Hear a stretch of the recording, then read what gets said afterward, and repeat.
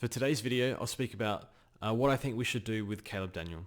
So this has become a problem just because today he scored 19, but it's not just the points he's scoring, it's the signs that we've seen this year with him playing. So I'll go over a few reasons as to why I think we should trade him. For me, I traded him this morning to Jack Bowes. I wasn't really planning on doing this, but the main reason why I did this is because, if you know me, I love watching the Dogs mids. I don't have Bont, but I still love watching Bont. I cheer him on. But it's my favourite 3 hours of every week. And in the podcast and in my weekly videos, I've already been getting frustrated with Daniel. So I want those precious 3 hours I get every week. I want to enjoy them. I don't want to watch Caleb Daniel sputtered up. So he's an All-Australian. He's a good player. However, there are some problems with him right now. So we'll speak about him as a Supercoach pick. So I traded him. I think we should trade him, and here's why. So watching him over the past 4 games, so in the Amy series, he was really good. It was a bit more uncontested, so that probably helped in less tackles, less pressure in practice games. But I was thinking that, I was pretty much thinking I got to pick this guy because with the new rules, our assumption was, there's probably going to be more high scoring, more kickouts, and just like the good ball users in defense, they'll give them the ball more often. So does that mean more points, right? But something I've forgotten is something that I've learned this year is when I'm looking at defenders, I should really consider all the scoring avenues. Can they intercept? Can they spoil? Do they accumulate? Do they get kickouts? It's the whole package. And with Caleb Daniel, no spoils, no intercepts. He can't defend. So that's the first main thing that's gone wrong here. And it's one of the reasons why Ridley is doing so well, because he scores in just about every way a defender can. Plus the unbelievable efficiency. And Daniel's efficiency, I'm not sure if it's gone down or not, but the eye test says that he's making mistakes that he probably wouldn't have last year, and they're happening more often. So that's the first point. The second point I have here is the way he plays is so frustrating, I think. When it feels like he doesn't earn the ball enough himself, he just waits. He hangs around outside the contest, outside just in general play. Sometimes he runs with his man. Sometimes he's just doing his own thing and the opposition don't really care. He waits. He doesn't earn the ball. He just wants to get the handball received so he can use the ball. And that's exactly what happened today. And I was not expecting him to score 20. I was initially thinking I'll hold him to the buys and flip him.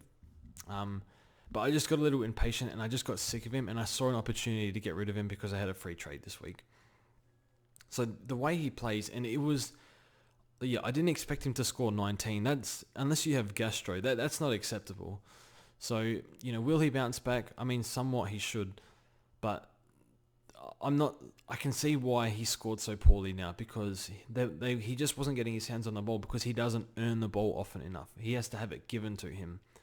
So, he's an All-Australian, he's a proud player, but it's just not working for him at the moment. There's 2 more reasons I want to go over.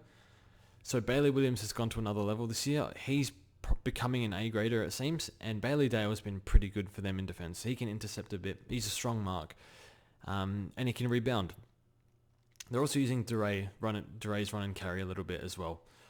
So all of a sudden, where does that leave Daniel? Well, I thought he was their main ball user at a defense, and maybe he still is, but they don't necessarily need him, I don't think, and he's been slightly out of form. I honestly wonder if he puts up another performance like that, like the game where he scored 66, that was his worst performance, statistically, since he moved to halfback. That was probably his worst performance. But this was by far his worst performance, and just what was it, 8 disposals or something like that. This is clearly problematic. I honestly wonder as well, is there room for him in defense? And because if he keeps playing like this, one of 2 things is going to happen. He's going to get dropped or he's going to get moved somewhere. But just his form has not been good this year. Again, it's all the reasons I've listed. Just to summarize, the way he plays, doesn't earn the ball enough. He just tries to receive it. He doesn't score defensively, and by that I mean no spoils, no intercepts. Dale, Duray, and I can't read the name, and Bailey Williams as well. They're doing more off halfback, and yeah, just out of form. So for those reasons, I'm jumping off. Or I have jumped off, but I would 100% jump off. Who do you go to? Bose is okay. I'm not super sold on Bose, but I did my homework a little bit over the past few weeks on as to why he might be scoring well. Maybe that's worth talking about in the podcast. Ridley, obviously, if you can, but now the gap is massive. It's pretty much an actual upgrade rather than a sideways now. So it's a little bit of a rough spot.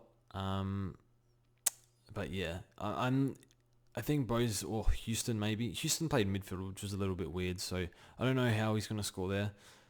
So someone around the price range, see how you go. But for me, I know people say, hold your premiums.